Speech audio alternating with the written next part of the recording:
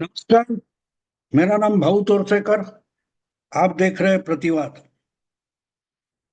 दोस्तों, जिस ढंग से पाकिस्तान चल रहा है उसकी हालत देखकर दया आने लगी है। क्योंकि जब आपको मालूम नहीं है आपको क्या करना है, आपका टारगेट क्या है, आपका मकसद क्या है, यही आपको पता नहीं होगा तो आप कहाँ पहुंचते हैं ये भी आपको पता नहीं होता।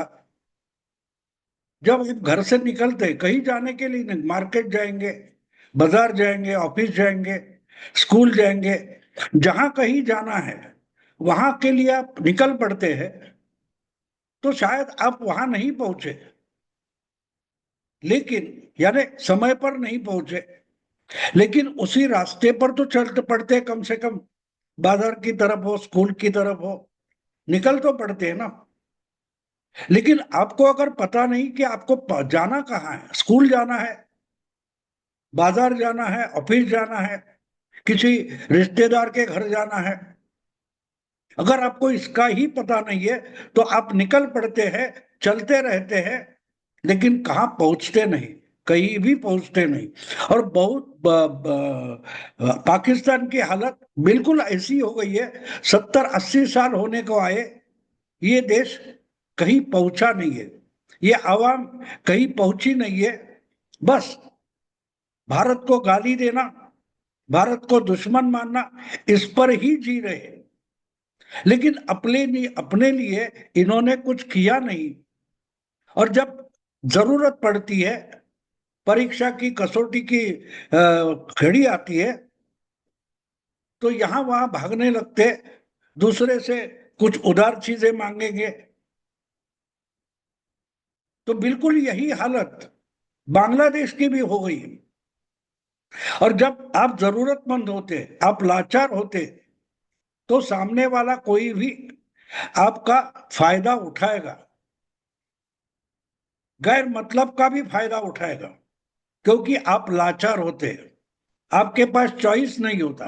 और अभी अभी 2 महीने पहले की बात है, पाकिस्तान के प्रधानमंत्री आ, किसी शाहबाज शरीफ किसी चैनल को इंटरव्यू देते हुए बोले भी कि क्या करे, बेगर से और नो चॉइस, भिखारी के पास चुनने का अधिकार नहीं होता। ये जब पाकिस्तान का आज का प्रधानमंत्री बोल रहा है तो आपको पता होना चाहिए कि पाकिस्तान की हालत क्या है। लेकिन आज मैं इनको कबाड़ खाना क्यों बोल रहा हूं? क्योंकि दुनिया भर का कचरा कबाड़ उठाकर ये नई चीजें करके अपने देश में लाते हैं, और जब जरूरत पड़ती है तो दिखाई देता कि ये काम की चीज नहीं है, ये कबाड़ है, ये भंगार है, इसका कोई काम नहीं है, इसका कोई इस्तेमाल हो नहीं सकता। लेकिन उसमें जो नुकसान होना है वो हो जाता है। अभी कल परसों की बात है, ये बड़ी बड़ी बातें कर रहे थे ऑपरेशन सिंदूर के पहले कि हम भी एटमी देश है, परमाणु हथियार हमारे है, वो दिवाली के पटाखे नहीं है, भारत गुस्ताखी करने की हिम्मत तक न करे, पाकिस्तान को छेड़ना बहुत महंगा पड़ जाएगा, क्या क्या आवाजें दी जा रही थी। और पर्टिकुलरली पहलगाम की घटना के बाद जब प्रधानमंत्री नरेंद्र मोदी ने इशारा दिया था इसका करारा जवाब दिया जाएगा, तो पाकिस्तान के जनरल असीम मुनीर से लेकर वहां के जो आतंकी अड्डे हैं, वहां के जो मुखिया होते हैं, अजहर मसूदिया, सईद हफीज वगैरह, वो भी धमकियां दे रहे थे। प्रधानमंत्री अलग से धमकियां दे रहे थे, पाकिस्तान का मीडिया अलग से धमकियां दे रहा था। लेकिन ऑपरेशन सिंदूर जो कुछ घंटों का मामला था, वो होने के बाद इनकी बोलती बंद हो गई है। हाँ, हवा में बातें आज भी करते हैं, लेकिन क्या प्रूव कर पाए? दुनिया में सिर्फ राहुल गांधी ऐसे हैं कि जिनको लगता है कि पाकिस्तान जीत गया। और क्यों जीत गया? क्योंकि पाकिस्तान बोल रहा है, पाकिस्तान बोल रहा है कि वो भारत के खिलाफ जीत गया, उसने मोदी को हराया, तो राहुल गांधी कन्विंस हो गए। लेकिन राहुल गांधी को कन्विंस करके पाकिस्तान की स्थिति जो है, माहौल जो है, वो सुधरने वाला नहीं है। उनके सर पर जो संकट मंडरा रहा है वो तो खत्म होने वाला नहीं है। और इसलिए अब पाकिस्तान इतना डरा हुआ है कि अगर ऑपरेशन सिंदूर खत्म नहीं हुआ, रोका गया है और कभी भी फिर से शुरू होगा, क्योंकि ऑपरेशन सिंदूर जारी है, ये खुद प्रधानमंत्री नरेंद्र मोदी ने बोला है, तो राहुल गांधी के खुशी का मामला कोई मायने नहीं रखता। आम पाकिस्तानी आवाम जो है या पॉलिटिकल लीडर्स है, आर्मी के जनरल्स है, वो डरे हुए कि मोदी जी क्या कर सकते। अब बीच में जब कश्मीर में 20,000 सीआरपीएफ के जवान भेजने भेजने का निर्णय हो गया और राजस्थान में कई एयरफोर्स के, हमारे भारत के एयरफोर्स के अभ्यास होने वाला था, तो इनकी पतलून गीली हो गई। आज रात को करेगा हमला, कल रात को करेगा, नींद उड़ गई है। और ऐसे में पाकिस्तान भी चुपचाप बैठने वाला नहीं है। ये दिखाने के लिए इन्होंने भी मिसाइल उड़ाने की कोशिश की। पहले तो आपको मालूम है, जो ऑपरेशन सिंदूर जारी था, इनका एक भी मिसाइल इंडिया नहीं पहुंचा। सिर्फ एक कोई सिरसा में या हरियाणा में पहुंचा, गिराया गया। बाकी इनके ड्रोन हो, मिसाइल हो, ना भारत पहुंचे, ना भारत को कुछ नुकसान दे पाए। हाँ, खबरें उड़ाई गई कि दिल्ली में लाइट बंद हो गई है, अंधेरा है, पावर स्टेशन उड़ाए गए। ये पाकिस्तानी मीडिया में ये अफवाहें फैलाई गई, लेकिन वास्तव में कुछ हुआ नहीं, ये दुनिया जानती।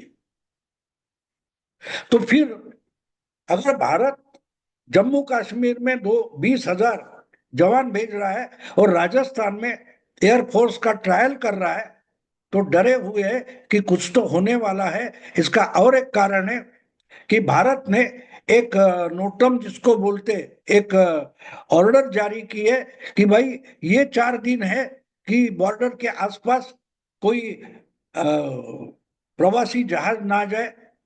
हमारे कुछ ट्रायल होने वाले हैं, मिसाइल के ट्रायल होने वाले, तो और पाकिस्तान डर गया। और डर के मारे इन्होंने भी उनका जो बड़ा तगड़ा एक क्या बोलते हैं उसको, मिसाइल है, जैसे हमारा ब्रह्मोस है, अग्नि है या पृथ्वी है, वैसे ही पाकिस्तान के गजनवी, घोरी, शाहीन, ऐसे मिसाइल है।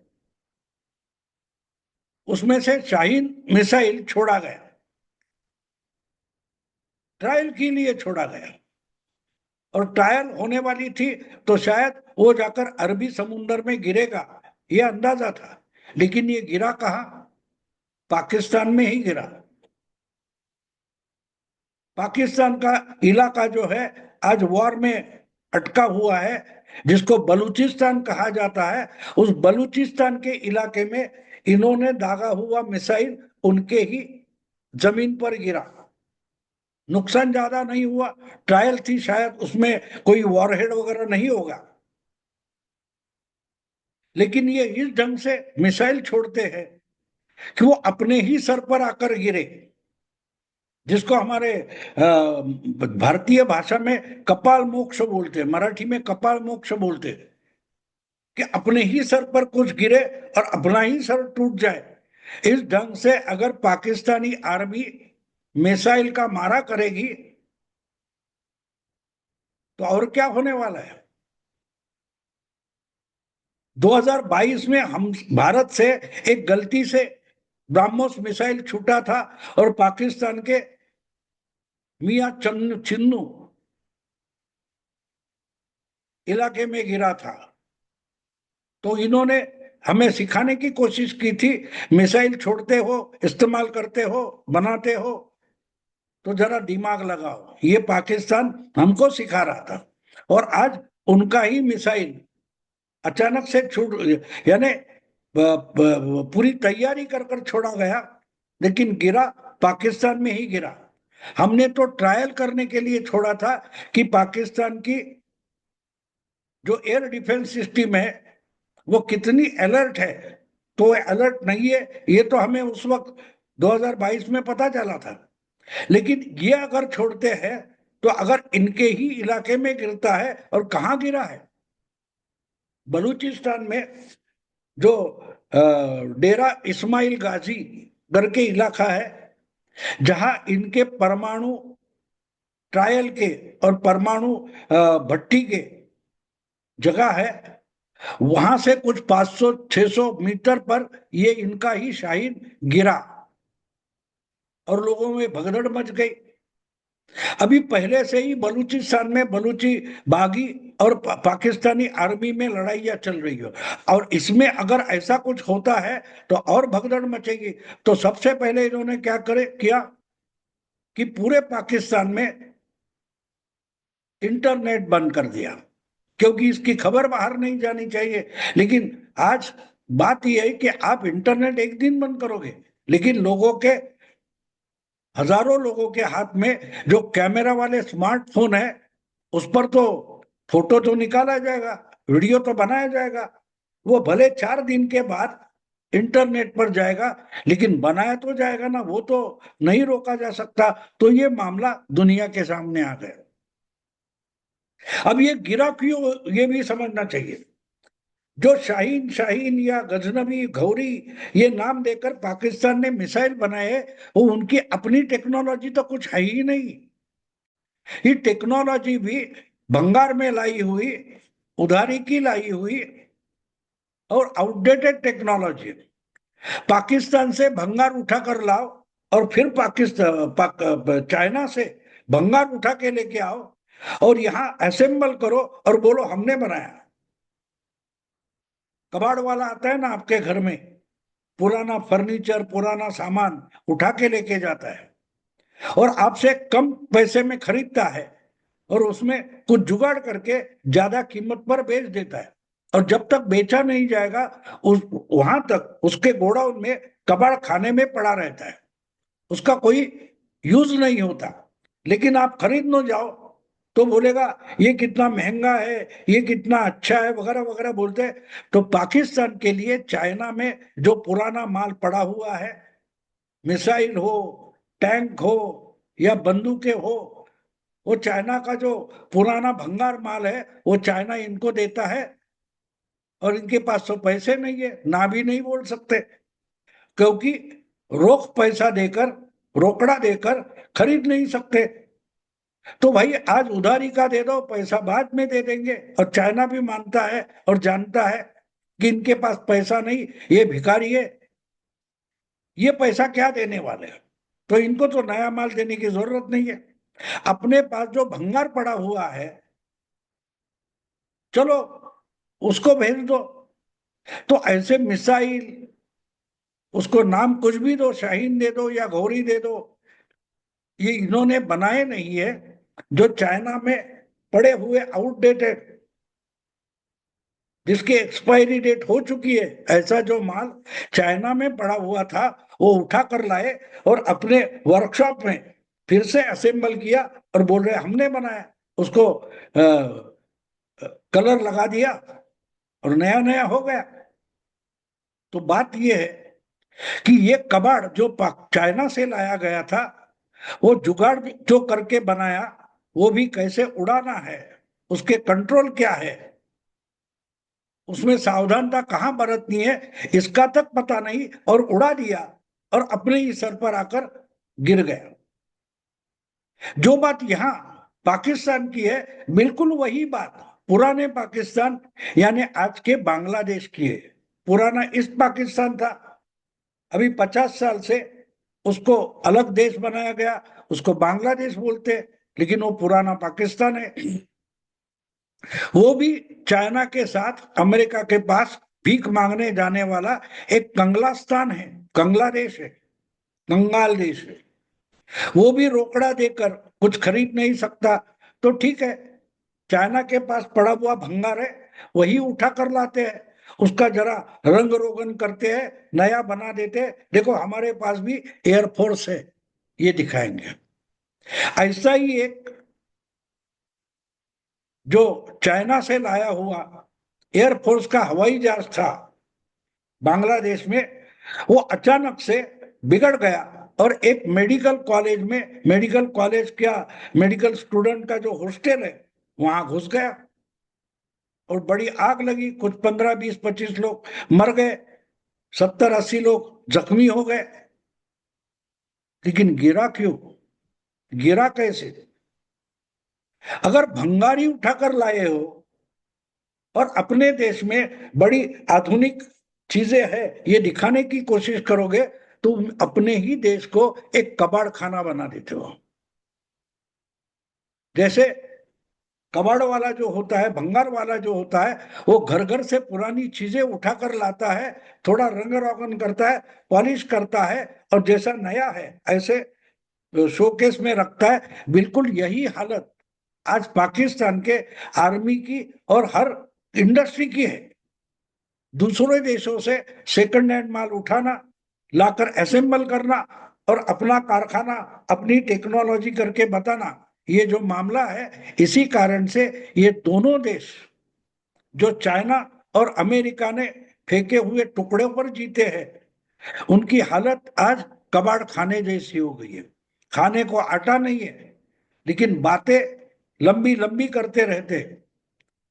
तो अभी अभी ये बात हो गई है, इनका पाकिस्तान का शौकीन उड़ाया और उनके ही सर पर गिरा है। और बांग्लादेश का जो हवाई जहाज, लड़ाकू हवाई जहाज एयरफोर्स का, वो उड़ा और अपने ही मेडिकल कॉलेज में, अस्पताल में जाकर घुसा और अपने ही लोगों को उसने मार गिराया। दोस्तों ये क्यों होता है? क्योंकि आपको क्या करना है उसका पता नहीं। आपको जिहाद करना है, आपको दुनिया भर में इस्लाम लाना है, लेकिन अपनी ही आवाम के लिए, अपनी ही जनता के लिए खाने का बंदोबस्त करना है, इसका दोनों जगह के जो नेता है, सरकार है, हुक्मरान है, उनको इसका पता नहीं कि भाई अपने देश की करोड़ों की जनता है, उनका पेट भी तो पालना है। अगर ये मकसद ही नहीं है, उस दिशा में आप नहीं चल पड़े हैं, निकल पड़े हैं, तो आप पहुंचोगे कैसे? आप गलत जगह पहुंचोगे। इसलिए ये चाइना का भंगार खरीदने पहुंच गए, ना कहीं गेहूं या दाल या चावल या चीनी खरीदने नहीं पहुंचे। ये भंगार वाले बन गए। उन्होंने अपने अपने देश को एक तरीके से कबाड़ खाना बना दिया है। और इसके दो बड़े सबूत है एक ही हफ्ते के, कि बांग्लादेश में मेडिकल कॉलेज में ही उनके एयरफोर्स का विमान घुसकर जल गया, और बलूचिस्तान में पाकिस्तान ने छोड़ा हुआ अपना ही मिसाइल गिरकर एक्सीडेंट हो गया। दोस्तों अभी यही रुकता हूं। अगर वीडियो पसंद है तो लाइक कीजिए, शेयर कीजिए और प्रतिवाद को सब्सक्राइब कीजिए। नमस्कार।